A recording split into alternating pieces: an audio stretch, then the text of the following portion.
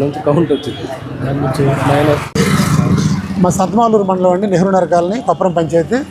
మా పిల్లలు సన్షైన్ స్కూల్లో చదువుతున్నారు. 5 మంది, 2 7th క్లాస్ అండి.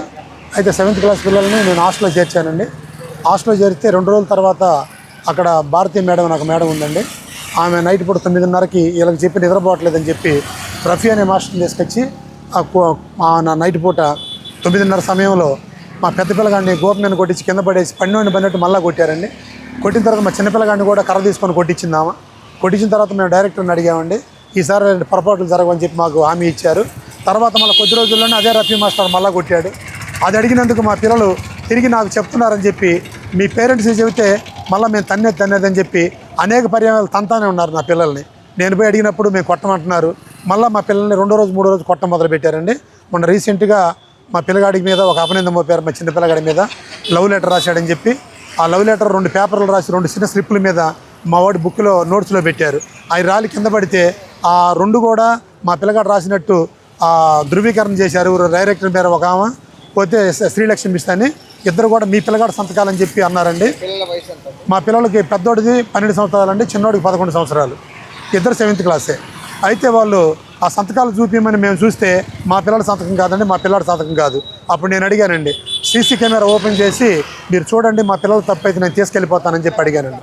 వాళ్ళు సీసీ కెమెరా తర్వాత చూసి కూడా మాకు ఏ సంగతి చెప్పకుండా సీసీ కెమెరాలు పనిచేయట్లేదని మమ్మల్ని మభ్య పెట్టారండి. సన్షైన్ స్కూల్ అండి.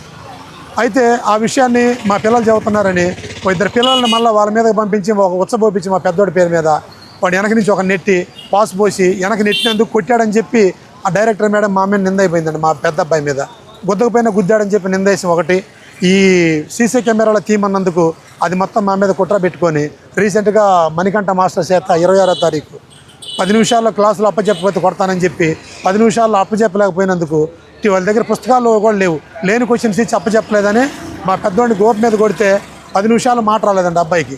మా చిన్నోడిని చెంపల మీద వాయించి కొట్టాడు. కొట్టి సాయంకాలం పూట నాకు ఫోన్ చేసి, మీ ఊరిని కొట్టానండి, చేయి బాగా తగిలింది, మీరు ఎట్టున్నారని చెప్పి పలకరిద్దామని చేశానని చెప్పి నాతోటే మాట్లాడాడు. మళ్ళీ అతను కొట్టినాక ఒక బుక్ ఇచ్చి పంపించి జిరాక్స్ తీపించుకోమన్నాడు. అదేదో ముందే తీయచ్చు కదని నేను చెప్పానండి. అది కూడా అతను మా పిల్లగాడిని కొట్టి నాకే ఫోన్ చేసి చెప్పాడండి. ఈ విధంగా హరాస్మెంట్ ఒకటి మీద ఒకటి నేను 10 సార్లు చెప్పించండి, మా పిల్లల్ని కొట్టద్దని చెప్పి నేను అడిగానండి. నేను చెప్పినప్పుడు బాగానే ఉంటారు, నాకు చెప్పినప్పుడు నా పిల్లల్ని నేను అడిగినప్పుడు మళ్ళీ కొడతానే ఉంటారు. కుక్కలు లెక్కపడి ఉండాలంటాం, మీరు చెప్తే మళ్ళీ తంతానంటాం. నా పిల్లల్ని భయభ్రాంతులను చేసి ఈరోజు స్కూల్కి పోవడానికే ఏడుస్తూ నా మీద వచ్చి పడిపోతున్నారు స్కూల్కి పొమ్మంటే. నాకేం చేయాలో దిక్కు దోసుకొచ్చి మన రూరల్ పోలీస్ స్టేషన్కి వచ్చి ఎస్ఐ గారికి కంప్లైంట్ ఇచ్చానండి. ఆయన రేపు చేస్తామన్నారు, ఈరోజు రేపు రమ్మని చెప్పారండి. జరిగిన పరిస్థితి అండి మా పిల్లలకి, మాకు న్యాయం చేయవలసింది కోరుతున్నాను.